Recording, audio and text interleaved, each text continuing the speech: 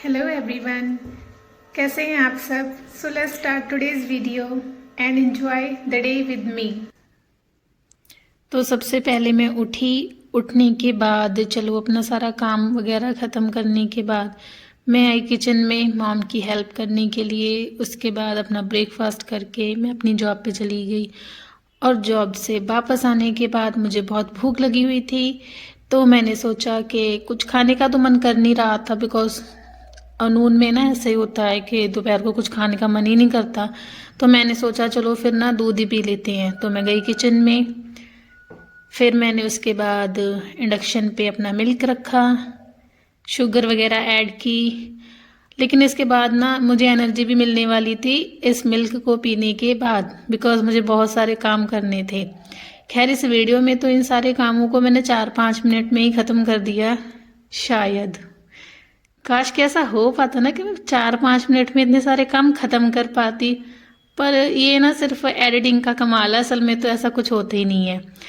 इसके बाद था ये यूनिक सा काम।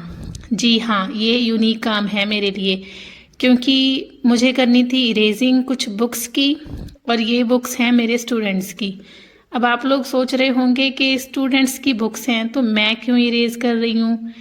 असल में ये मेरे स्टूडेंट्स जो घर पे आते हैं ट्यूशन के लिए, पहले तो मैं जॉब पे जाती हूँ और जॉब से वापस आने के बाद कुछ स्टूडेंट घर पे भी आते हैं जिन्हें मुझे टीच करना होता है।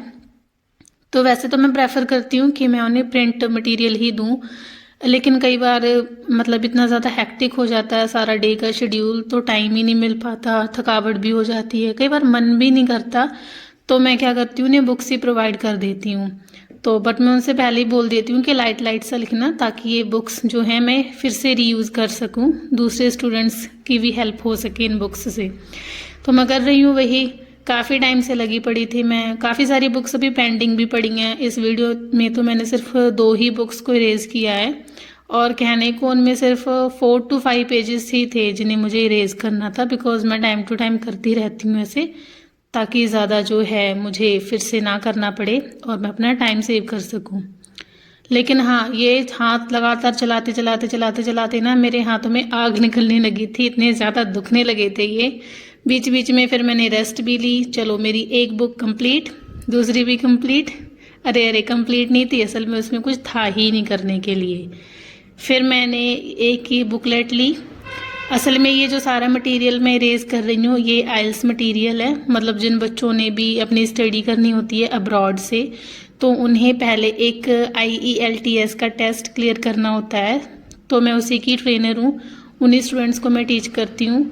और कई बार वो स्टूडेंट्स काफ़ी बड़े बड़े होते हैं, मतलब मेरे से भी उम्र में 2-4 गुना बड़े ही होते हैं। सपोज़ कि मैं अप्रॉक्स 22 की हूँ, तो फिर वो होंगे 32, कई बार तो 40 के भी होते हैं। ऐसे भी कई बार स्टूडेंट्स आते हैं मेरे पास। इवन आइल्स के लिए सारे मोस्टली ऐसे होते हैं स्टूडेंट। तो ये भी बस मेरा इरेज होने वाला था।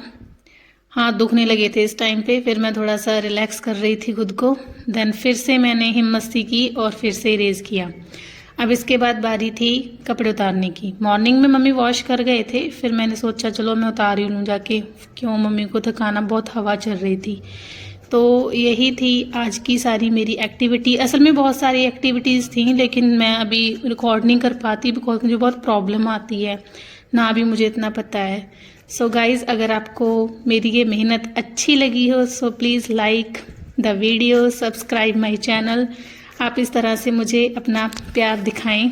Thanks for watching guys, thanks a lot.